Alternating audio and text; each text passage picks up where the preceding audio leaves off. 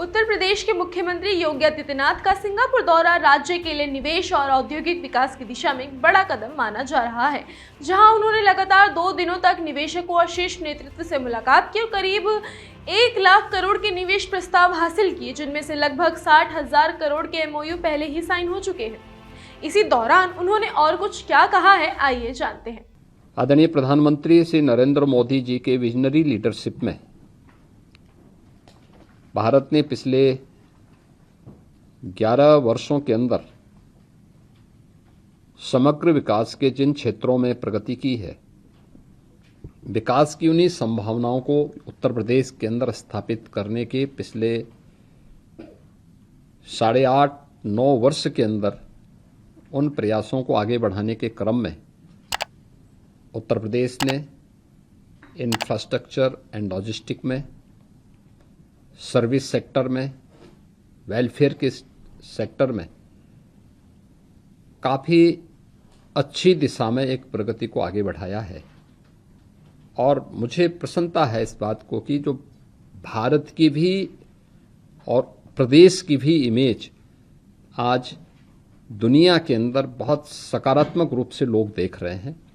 इसके साथ ही team UP ने सुबह से देर रात बैठकों का सिलसिला जारी रखा और 100 से अधिक प्रतिनिधियों के साथ सकारात्मक चर्चा की, जिनमें सिंगापुर के राष्ट्रपति, प्रधानमंत्री, उप प्रधानमंत्री, गृह मंत्री और ऊर्जा मंत्री जैसे प्रमुख लोग शामिल रहे। मुख्यमंत्री ने कहा कि आज का समय पूरी तरह पारदर्शिता का है और निवेशक हर राज्य की नीतियों, स्थिरता और विकास की दिशा पर नजर रखते हैं। इसीलिए उत्तर प्रदेश की छवि में पिछले कुछ वर्षों में बड़ा सकारात्मक बदलाव आया है। उन्होंने भरोसा जताया कि ये निवेश समझौते राज्य को $1 ट्रिलियन की अर्थव्यवस्था बनाने के लक्ष्य की ओर तेजी से आगे बढ़ने में मदद करेंगे। मुख्यमंत्री ने यह भी कहा कि प्रधानमंत्री नरेंद्र मोदी के नेतृत्व में देश ने पिछले 11 वर्षों में कई क्षेत्रों में तेज प्रगति की है और उसी विजन को आगे बढ़ाते हुए उत्तर प्रदेश में भी इंफ्रास्ट्रक्चर, सड़क नेटवर्क, लॉजिस्टिक्स, सेवा क्षेत्र और जल कल्याण योजनाओं में उल्लेखनीय विकास हुआ है। सिंगापुर दौरे के दौरान प्रतिनिधिमंडल ने वहां की आधुनिक तकनीकी व्यवस्था, स्केलिंग मॉडल और औद्योगिक ढांचे का अध्ययन किया, खासकर सेमीकंडक्टर निर्माण, green hydrogen, data centre, industry township और MRO यानी मेंटेनेंस, रिपेयर एंड ओवरहॉल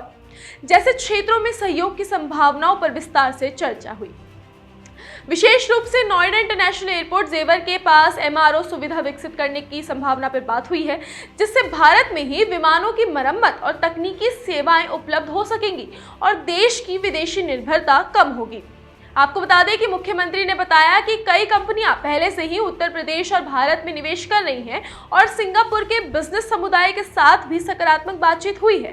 राज्य में सिंगल विंडो सिस्टम और नियमों के सरलीकरण से परियोजनाओं की मंजूरी प्रक्रिया तेज हुई है, जिससे निवेशकों का भरोसा बढ़ा है और कामकाज में पारदर्शिता आई है। पिछले 9 वर्षों में उत्तर प्रदेश की GSDP 13 लाख करोड़ से बढ़कर 36 लाख करोड़ तक पहुंच गई है, जो राज्य की आर्थिक प्रगति और विकास की रफ्तार को दर्शाता है। सिंगापुर में सफल निवेश चर्चाओं के बाद मुख्यमंत्री अब जापान में भी औद्योगिक विकास और निवेश के नए अवसरों की तलाश में हैं, जहां तकनीकी सहयोग, ऑटोमोबाइल, हाईटेक मैन्युफैक्चरिंग और स्किल डेवलपमेंट जैसे क्षेत्रों में साझेदारी की संभावनाएं मजबूत हो सकती हैं।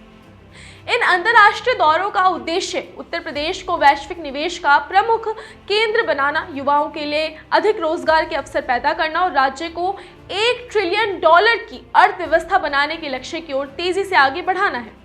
तो कुल मिलाकर ये प्रयास यूपी की नई पहचान, मजबूत अर्थव्यवस्था और भविष्य की विकास यात्रा को और गति देने वाला कदम साबित हो सकता है।